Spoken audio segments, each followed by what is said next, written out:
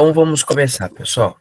Seguinte, o nosso conteúdo vai ser sobre direito tributário, e direito tributário é um conteúdo um tanto quanto interessante, porque ele é um conteúdo longo, mas vocês vão ver que vai ter bastante.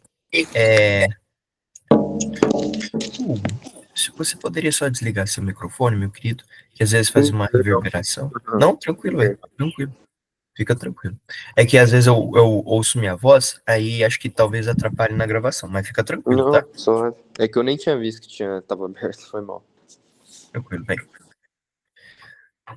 Cauã, você também não fala nada, né, Cauã? Beleza, vamos lá, vamos lá. Eu vou fazer o seguinte, pessoal. Esse daqui foi o conteúdo que a professora colocou, tá? Conteúdo para a prova. Então a gente vai pelo conteúdo que ela estabeleceu aqui, tá? Então, a gente vai começar por fontes, depois vamos saber o que é receita pública, leis orçamentárias, conceito de tributo, espécies tributárias e o IBS, imposto seletivo, beleza? Então, assim sendo, a gente começando com fontes, essa toda parte aqui de origem, conceito, o que é Estado, elementos do Estado, isso daqui é só a introdução, a gente não vai ver, tá? Porque é, sabe, tem as divisões, não tem muita importância, tá? Para a nossa prova, tá?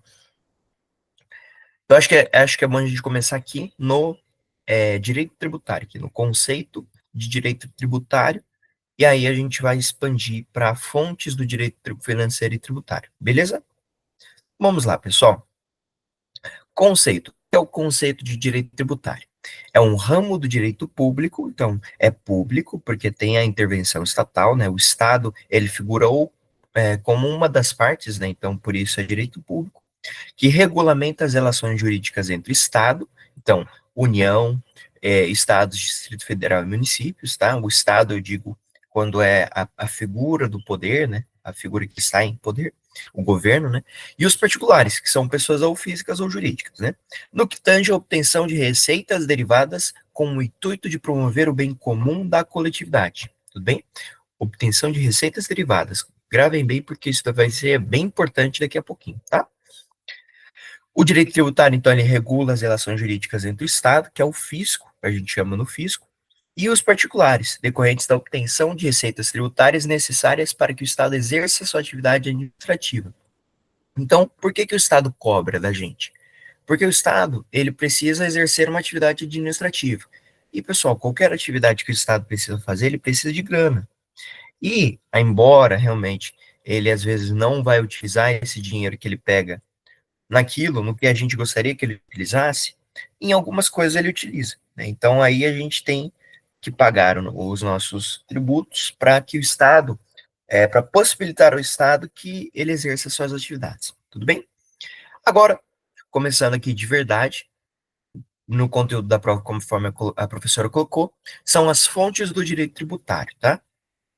Nós temos várias fontes, tá? Seria interessante decorar todas? Não é necessário. Só saber que existem, né? A fonte principal que a gente utiliza são normas, são leis, tá? Leis ordinárias, leis delegadas, as leis complementares, que é um conteúdo bem interessante, que a gente vai ver também. Mas, assim, tem decretos, tem alteração de alíquota, tem esses assuntos, assim, que são interessantes e importantes também, mas para saber que existem, tá? Das fontes, quanto às fontes, tudo bem? Então vamos começar aqui. Normas jurídicas, tá? As normas jurídicas, elas são as diretrizes, os princípios e as regras, tá? Essas são normas jurídicas gerais. Gerais, porque elas são presentes em todo ordenamento jurídico, mas elas não são leis em si.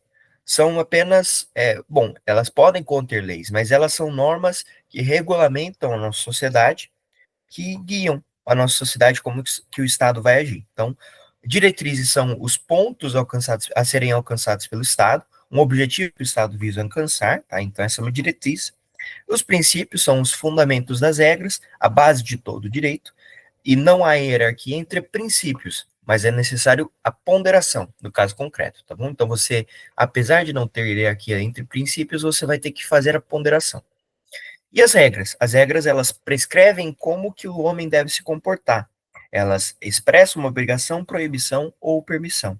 Ou seja, pessoal, uma regra jurídica nada mais é que uma obrigação, nada mais é que uma proibição ou uma permissão que o Estado confere ao homem, tá? Por exemplo, é uma regra, assim, no termo geral, as nossas leis são, no termo geral, são regras, tá? Porque elas instituem, por exemplo, como que o homem vai fazer com o direito sucessório. São regras, tá? Então, são obrigações, permissões, como que o homem vai fazer para quando ele morrer, como que ele vai passar esse dinheiro para os filhos. Então, seriam essas regras, né, do termo lato, né, um termo bem expandido aqui, todas as leis, normas são regras, tá? Depois nós temos as fontes materiais, que é a própria sociedade, então matéria, quando vocês pensam em matéria, em fonte material, vocês pensem na própria sociedade em si, tá? Então, os seres humanos. E nós temos as fontes formais. Aqui, pessoal, já são as fontes mais importantes, tá? Por que eu digo mais importantes? Porque elas são criadas, as fontes formais, temos as estatais, as não estatais, né, que a gente viu lá na Maria Helena Diniz, lá nos primeiros anos ali. Aqui não muda, tá? Não modifica esse entendimento. Só que essas fontes, elas são as mais conhecidas, tá? As mais importantes eu digo por quê? Porque tudo que a gente faz, a gente sempre complementa com uma fonte formal, né? A gente sempre utiliza uma fonte formal, né? Então, por isso que eu diria que elas são mais importantes. Mas, pessoal, não existe hierarquia entre fontes formais, tá? Todas elas são perfeitamente válidas, tá? O que existe é tem interpretações diferentes, tá?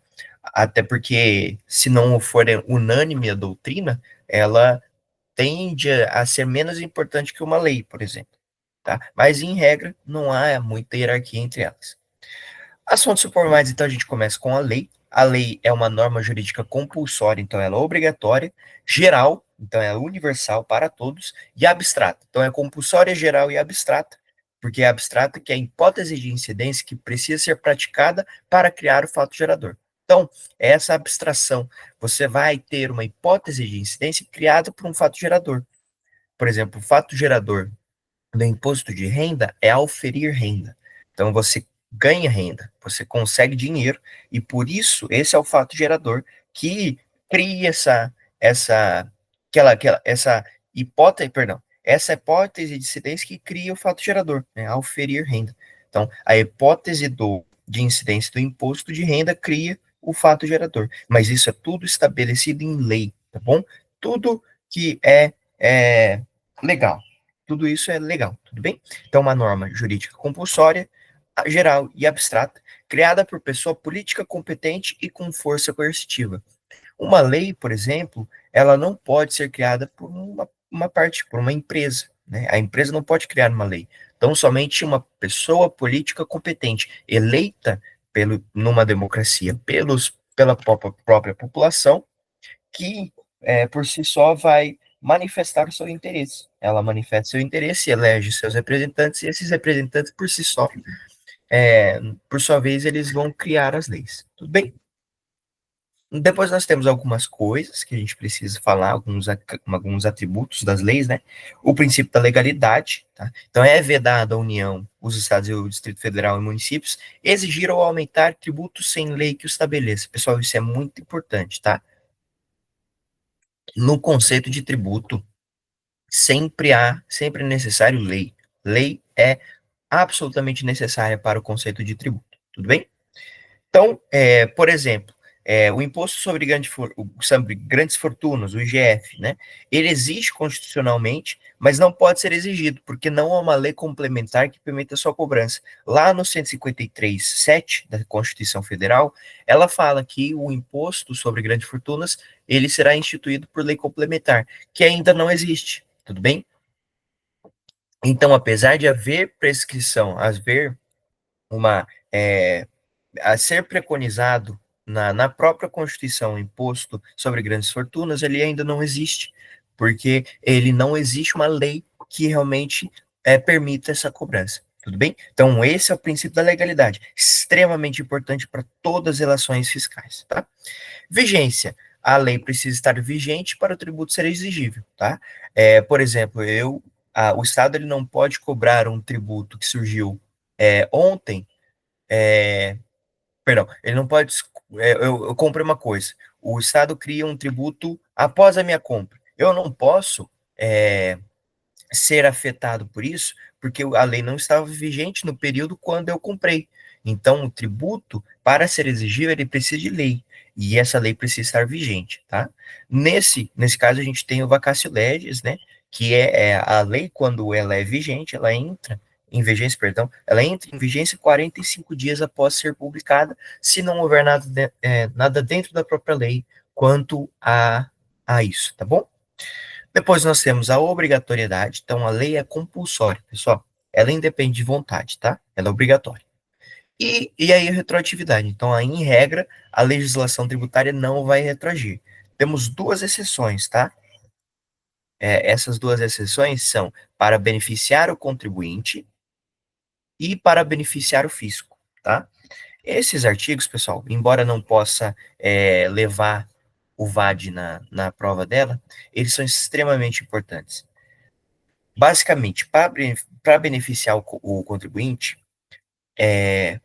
são algumas hipóteses, né? Quando o tributo ele deixe de defini-lo como infração, quando aquela lei deixa de definir aquele ato ou fato que aconteceu antes como uma infração. Por exemplo, pessoal, eu fui multado, tá? Multa, embora a multa não seja tributo, é só um exemplo aqui. Eu fui multado. Só que aí a razão pela qual aquela multa existe, ela foi abolida, não existe mais. Então, quando deixe de defini-lo como infração, eu não vou mais ser multado, tudo bem? Aí ela vai retroagir, embora a multa realmente não seja tributo, tá? É, Vamos lá, pessoal.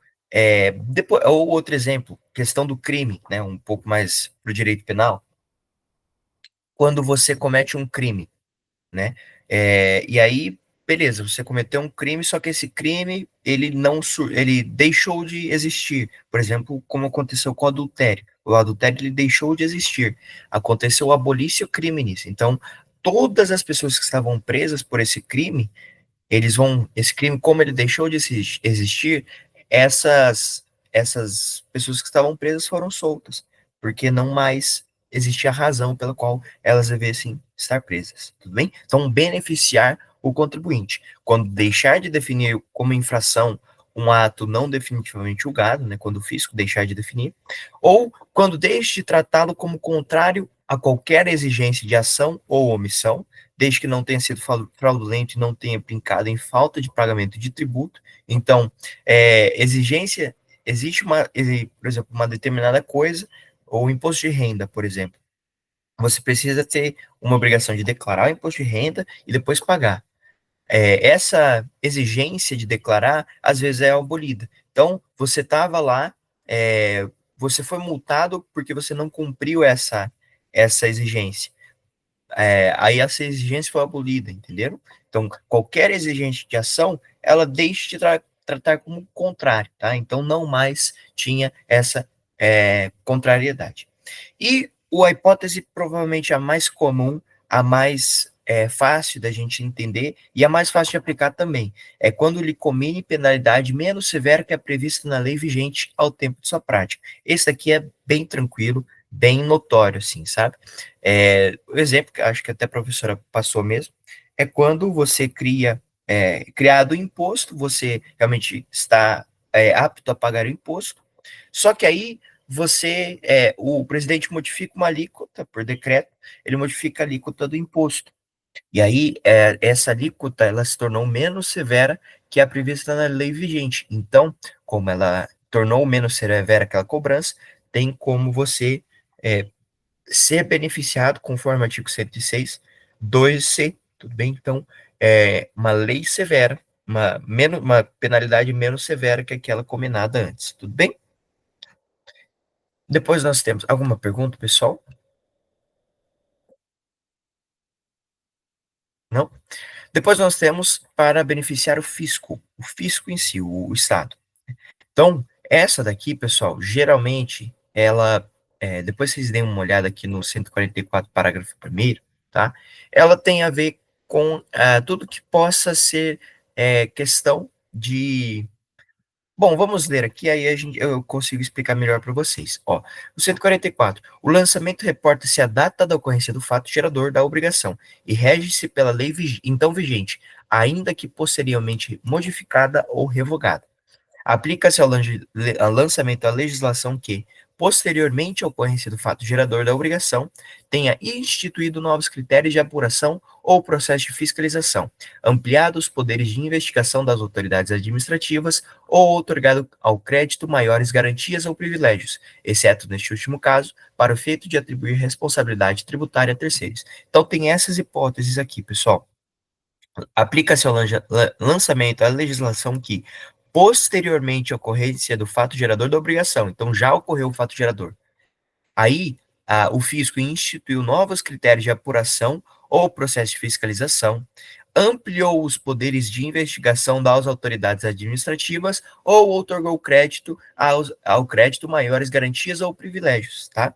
E nesse caso tem uma exceção que é para atribuir prefeito de atribuir responsabilidade tributária a terceiros. Então tem essas três hipóteses, tá? Então, repetindo aqui, novos critérios de apuração ou processo de fiscalização, até caiu uma questão na prova, numa atividade que ela passou, tá? Que era justamente isso. Ampliar poderes de investigação das autoridades administrativas e outorgar ao crédito maiores garantias ou privilégios. Tudo bem? Essas três hipóteses. Aqui, pessoal, ela colocou uma questãozinha, eu não consegui copiar tudo, mas as outras eu copiei. Então, eu só não copiei as alternativas todas, porque não deu tempo, mas a gente tem aqui, ó, em março de 2016, o município X publicou a lei instituindo novos critérios de apuração e ampliando os poderes de investigação das autoridades administrativas. Pessoal, é o que a gente acabou de ler para beneficiar o fisco, tudo bem? Então vamos lá. Com base nessa nova orientação, em outubro do mesmo ano, o fisco municipal verificou a ausência de declaração e recolhimento de valores do SSQN devidos pela pessoa jurídica Y, referentes ao ano calendário de 2014. Diante dessa constatação, lavrou auto de infração para cobrança dos valores inadimplidos. No que tange à possibilidade de aplicação da nova legislação ao presente caso, assinale a afirmativa correta. Então, pessoal, teve um município que ela publicou essa lei, instituindo novos critérios de apuração e ampliando os poderes de investigação das autoridades administrativas. Essa cobrança que ele faz, mesmo após o fato gerador do ISSQN, que seria realmente a prestação de serviço, ele pode ainda cobrar. Pode, pessoal. É aplicável, pois a legislação que institui novos critérios de apuração e amplia poderes de investigação das autoridades administrativas aplica-se aos lançamentos referentes a fatos geradores ocorridos antes de sua vigência, tá? Conforme o artigo 144 do CTN. Então, é para beneficiar o fisco que você vai utilizar esse argumento, tá bom? Esse daqui, o primeiro, era quanto ao benefício do contribuinte. Salvo engano, era realmente a C, tá? A 2C, que é a mais comum, a mais que eu vejo a mais aplicável, tá? Que então existe uma lei, que aí veio uma lei posteriormente e reduziu a alíquota. Não veio um decreto posteriormente e reduziu a alíquota. Aí eles perguntaram, né? Essa lei pode ser aplicada, esse decreto qual que será a alíquota que ele irá pagar? Para beneficiar o contribuinte, é o artigo 106, inciso 2C. Tudo bem? Seria justamente essa penalidade menos severa. Passando aqui agora, pessoal, para a hierarquia das leis. Quanto às fontes, alguma dúvida, pessoal?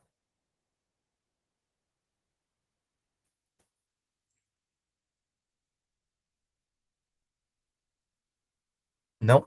Então tá. Pessoal, deixa eu só abrir o. Ó, agora a gente vai falar um pouco da hierarquia, embora não tenha no nosso conteúdo, ela colocou fontes, aí depois ela mudou já para receitas públicas. Mas a gente vai falar um pouquinho da hierarquia, porque é bem rapidinho, tá? Pessoal, hierarquia de leis a gente já estudou, acho que a gente já deve ter ouvido falar do Triângulo de Kelsen se pá, umas 200 vezes, tá? É, é fato que a gente já viu muito sobre o pirâmide de Kelsen, então nem vou e muito na hierarquia, né? Então, a pirâmide de Kelsen, como vocês já sabem, ele tem aquela piramidezinha, né, que a gente coloca a Constituição no topo, depois as leis infraconstitucionais, tá? Depois as leis infralegais e pronto, depois, perdão, depois as normas infralegais e assim, tá? Esse triângulo de Kelsen, né, ele indica qual que é a hierarquia, quais normas estão hierarquicamente superiores às outras, tá? Então, a Constituição, ela é a nossa carta magna, ela sempre está acima das outras, tudo bem? A própria legislação, ela estabelece então tem vários conceitos aqui, dentro da legislação temos vários tipos, né?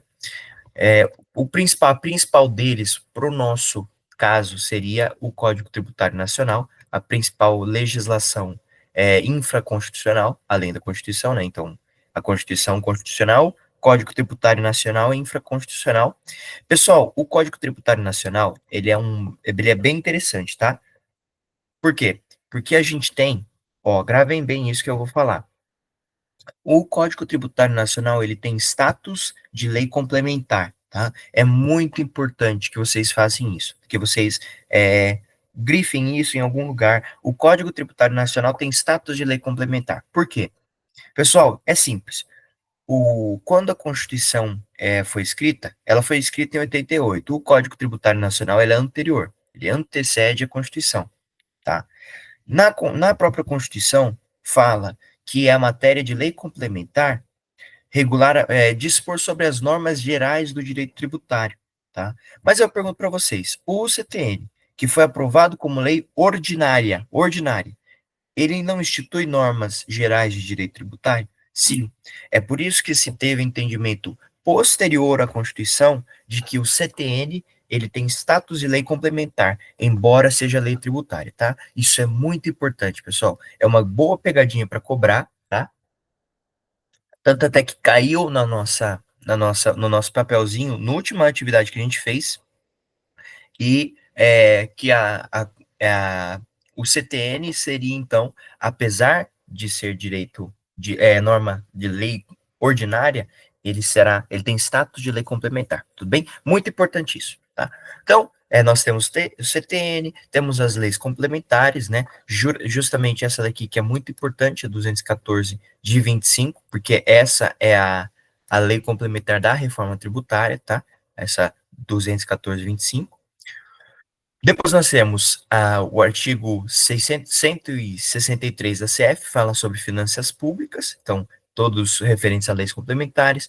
O 165, parágrafo 9º, referente ao orçamento, e assim por diante, tá? Orçamento, lei de responsabilidade fiscal, essa é muito importante também para nossa, para nossa prova, tá?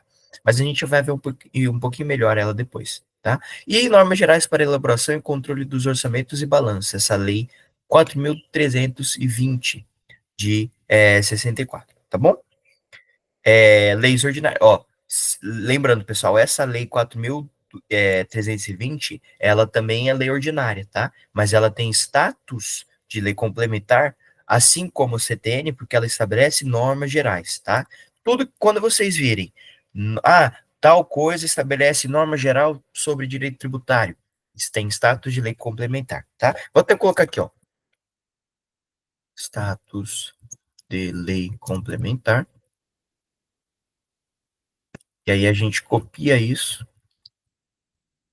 e coloca aqui no CT, tá bom? Beleza, pessoal? Então, status de lei complementar, porque ela estabelece sobre normas gerais do direito tributário, tá? Depois nós temos as leis ordinárias e as instruções normativas. Alguma dúvida quanto aqui à legislação, quanto à hierarquia? Eu acho que é bem tranquilo, pessoal. Agora a gente vai entrar a fundo nas fontes do direito tributário. A gente viu fontes antes, mas aquelas eram mais noções introdutórias de fontes. Agora a gente vai entrar nas fontes do direito tributário de uma forma assim, mais concreta, tá? Então, o CTN ele distingue lei e legislação tributária com rigor, tá? Quando o CTN cita lei, ele se refere à lei complementar ou ordinária. Quando ele fala de legislação tributária, ele compreende todo tipo de legislação, inclusive portarias, instituições normativas e decretos, tá? Então, pessoal, o CTN ele utiliza várias formas, assim, vários tipos. Às vezes ele fala lei, às vezes ele fala legislação tributária. A gente só precisa saber que lei se refere tão somente a leis ordinárias e complementares e a legislação tributária é todo tipo de lei, tá bom? Há inclusive portarias, instruções normativas e decretos, que são matéria de, são normas infralegais, tudo bem? Aí aqui tem exemplos, tá? Esses são exemplos dessa distinção. Então, pessoal, aí ela colocou essa questão aqui, pessoal, beleza? Então, suponha que um decreto trate integralmente sobre relações jurídicas pertinentes aos tributos e que uma lei, ó, lei, disponha parcialmente sobre tributos. Nessa situação, de acordo com o CTN, tanto o decreto quanto a lei se inserem no conceito de legislação tributária, tá? Conforme o artigo 96 do CTN. Acho que é o aqui, ó. A expressão legislação tributária compreende as leis, os tratados e as convenções internacionais, os decretos e as normas complementares que versem, no todo ou em parte, sobre tributos e relações jurídicas a eles pertinentes. Tudo bem, pessoal? Alguma dúvida? Pessoal, eu vou rapidinho, rapidinho, eu vou precisar fazer uma coisinha aqui que eu esqueci de fazer. Rapidinho, eu já volto, tá? Não, não vai demorar menos que 4 minutos. É rapidinho. Eu vou até parar de gravar para vocês ficarem mais tranquilos. Se vocês quiserem conversar com vocês mesmos, tá bom? É rapidinho, eu já volto.